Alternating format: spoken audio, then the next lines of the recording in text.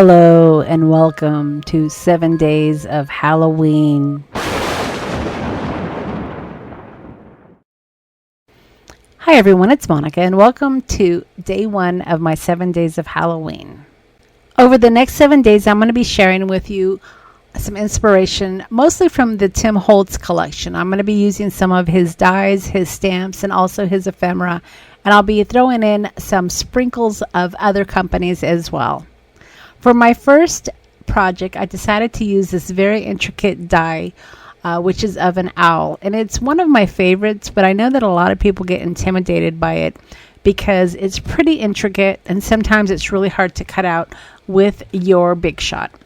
I'm also using some twigs from the greenery set. The set number is 661206 and it's called Garden Greens. And it has some really great variety, but for this particular project, I decided to just use the twig.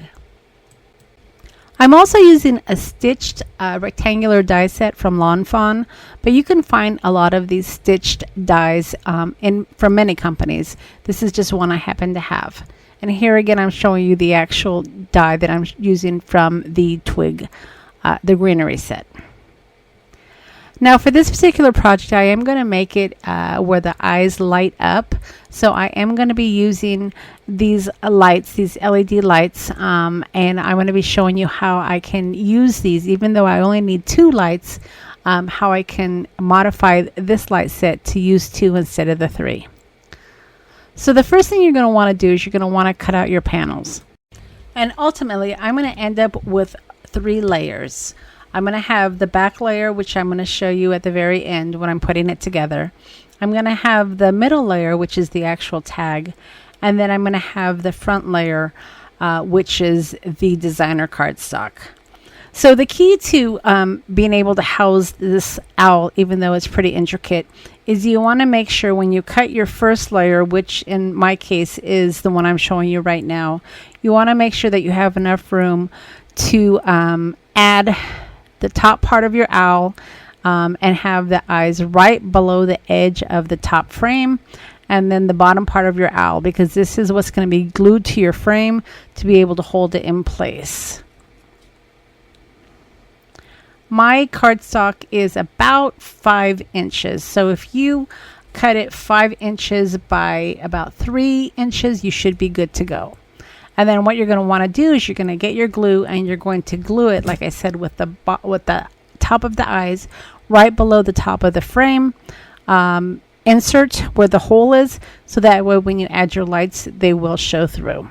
And then you can just go ahead and set it aside to dry. Now the next thing that I did here is I created the second layer, which is actually the tag. And you're going to see that I used some of my punches to create a tag effect. I'm going to first add some of my distress ink, and I'm using scorched timber just because I want to give it a little bit of color. So I just continue to add the scorched timber all over the craft cardstock. And for the cardstock, I am using, again, craft cardstock, and it is a little bit heavier because I want to make sure that my tag is nice and sturdy. So I just continue to add the scorched timber, and as you can see, I'm using the distressed ink, not the distressed oxide, because I want to make sure I have good dark color. And then once I finish adding the scorched timber all over the craft cardstock, I'm going to go ahead and spray it using the distress spritz. And the distress spritz that I'm using is the walnut stain. So it's just giving it some aged look as well. You might want to give your cardstock some time to dry, and if you are impatient, you can definitely use your heating tool, but you want to make sure that your surface is dry. Alright, now we're ready to add our first panel, and as you can see, the glue that I'm using is the 3-in-1 beacon glue. And this is glue that I use when I want to make sure I have time for movement. I wanted to make sure that I had time to place this down, and if you're using double-sided tape or anything that has immediate sticking power, then that might not work for you. But as you can see here, I went ahead and I laid it down, and I still had an opportunity to move it around if I needed to. And then probably before you actually lay it down, if you want to add any of your distress inks to the edges, you want to do that before you lay it down. But I still had some time to add that to the bottom. And now I'm just making sure that I have it placed exactly where I want it and just filling in some of the gaps with the distress ink. Okay, now comes the fun part. This is where we get to add the lights to make the eyes shine. And this is a really cool effect. I really love how it looks on the owl. But there are a couple things you want to make sure before you actually just get to gluing.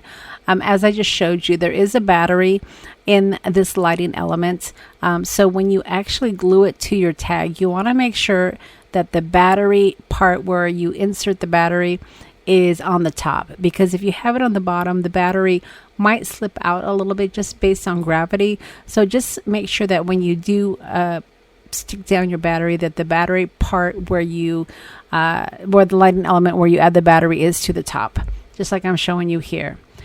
And then I got just as close as I could to the open part of the tag.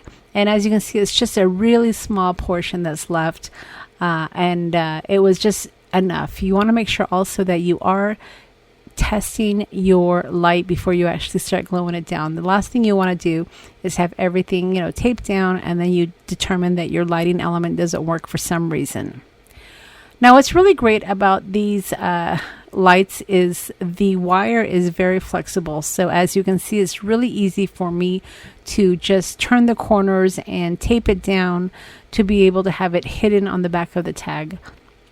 And you can use any type of tape. I'm just using some extra strong packing tape that I happen to have, and it is working great. And then as you can see here, I am doing both of the lighting pieces with one piece of tape. So just take your time, make sure that you are hiding the tape because you don't want that to show on the front of your tag, and then just make sure that it's really secure.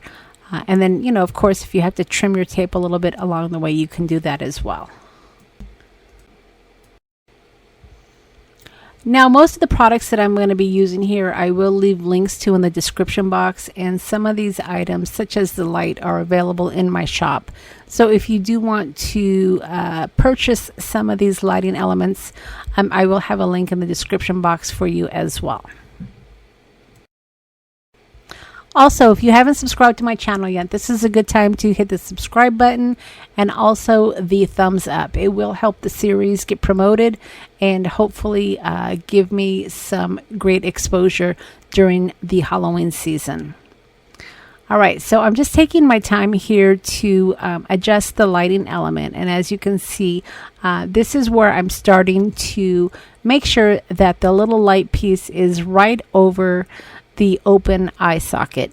And it's not hard to do. You just want to make sure that you're very careful and very precise, because this is what's going to show through when you push the button. And it is a small little light, so get as close to the light as possible when you are gluing it down, making sure that your tape isn't showing through on the front side. And I'm doing this with both pieces here. I know that the lighting element has 3 lights, and I'm going to show you in a minute here how we're going to get rid of that third light, because all we're really going to need is the 2 lights for the eyes. Now, I know many of you might think this is wasteful, but keep in mind it's not wasteful because you are getting the desired results and the desired effect that you're going for. So whether you use 1 light, 2 lights, or 3 lights, don't feel like you're wasting just because you don't use all 3 lights. If you're able to find some lighting elements out there that do only have 2 lights and it is cost effective, certainly do that, because then you won't have to cut off an extra light. But I know many people are, I don't want to say concerned, but they feel like they shouldn't be cutting off part of what the lighting element has. But you want to be able to use it to what you're trying to make. And as you can see here, this worked perfectly. I was able to test it. And I was able to get the exact effect I wanted. All right, so when we're getting rid of that third lighting element, as you can see here, it's just as easy as grabbing a pair of scissors and cutting it off. You want to get as close to the little light box as possible, so that way you don't have any wires sticking out. But I was able to just cut it off and retest my light, and you saw that it worked perfectly. Okay, so now the hard part is done. Let's go ahead and put this tag together. Now you're going to want to get some foam tape because of course you have your light element and it is a little bit bulky, so you want to make sure that you have room for that. So just find some of your foam tape in your stash and find some that will be thin enough to fit on your edges. As you can see, I have a lot of room here. But I wanted to go ahead and just use some thinner foam tape since I really didn't need to have too much of the side covered, and I'm just simply adding it here so I can add it to my backing. Now I turned my project into a tag, but you could easily turn this into a card as well just by choosing some different type of paper. I'm using some thicker cardstock because of course I want my tag to be somewhat durable and heavy, and I wanted to make sure that it wouldn't fall over when someone held it up. So now I'm going to go ahead and just remove the foam tape and add it to my back of my my craft cardstock, and the size that I end up using is, let's see here, it's about 4 inches by 6.5. That's ultimately going to be the size of my tag, and then I will have a little tab on top as well. All right, so when I started to put this design together, I wasn't really sure exactly where I was going to go with it. As I progressed, I knew I wanted to go ahead and make it into a tag, but I really didn't have a sentiment chosen yet. But I did find a great one that worked well for the tag. The set that I end up used is called the Obscure, and it's CMS 471. And I used the Halloween Night sentiment. It's a really great sentiment. It says Halloween Night, October 31st, 1931. And if you're a vintage inspired lover, you're going to love this date. I love using old dates on cards. It just really brings the nostalgia back, and I just love the results. So I just ended up grabbing my Misty and some of my remnant craft paper, and I stamped the sentiment out. As you can see, you can just use a scrap piece of paper. You're going to end up trimming it anyway. You just want to make sure that you have enough room on all sides so that your stamp will fit and that you have enough room to trim it. And the color that I believe I'm coming in with is black. I can't remember if I used archival ink. Yep, I did use archival ink. And I'm using black soot. So that's the color I ended up choosing for this design. And I stamped it a couple of times just to make sure I had a nice crisp sentiment, or in this case, I should say date as well. And then once you're happy with the look of the stamp, you can go ahead and get out your trimmer, your scissors, whatever you happen to have in your stash, or in your tool supplies, I should say, and you can go ahead and trim this down. Now, I am using my guillotine trimmer because I want it to be straight lines, but I think even you could get away with the lines not being straight, a little bit wonky. There's really no rules in my opinion, when you're creating cards or tags. So just do what you want to do and make it yours. And then as always, I will get out my distress ink, and I am using the Scorched Timber, I believe, to edge up my date sentiment, just to give it a little bit more shadow, make it look a little more grungy, and to add to the design of the tag. And then once I have all of the distress ink that I want on the edges, I am going to go ahead and pop the sentiment up again with some foam tape, and then I can start working on the twigs.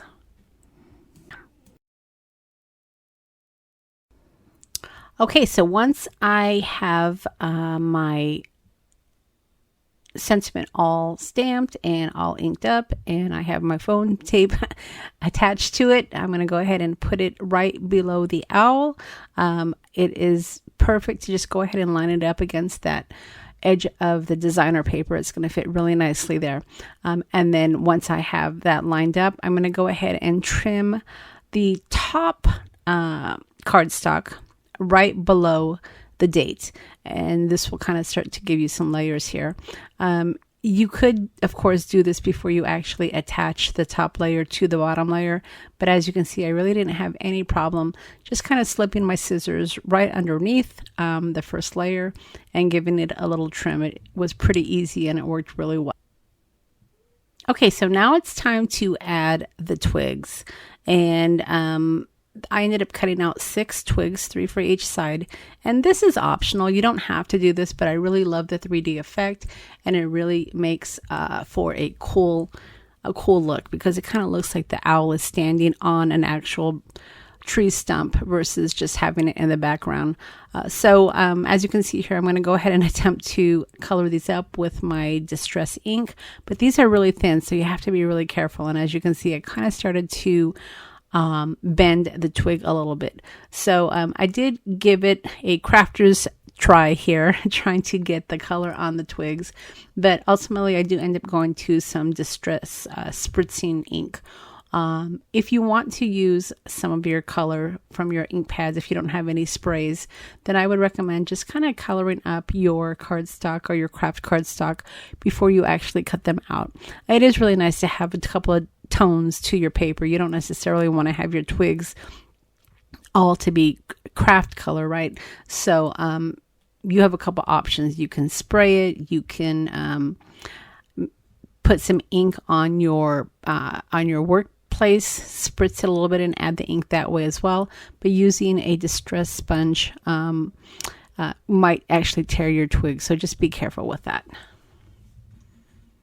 Well. Okay, so this is going to be a tag, so let's go ahead and trim the corners before we add our twigs. And I'm just using my scissors.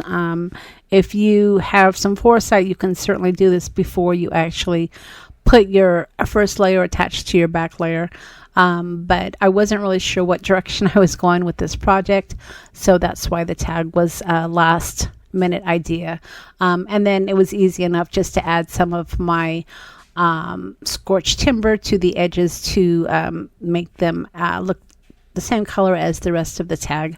And then now I'm going to go ahead and add my twigs to the owl, and it's a real easy placement here. You can see exactly where the twigs need to go. The owl is already resting on a branch. We're just going to give it some more texture and a little bit of a 3D effect.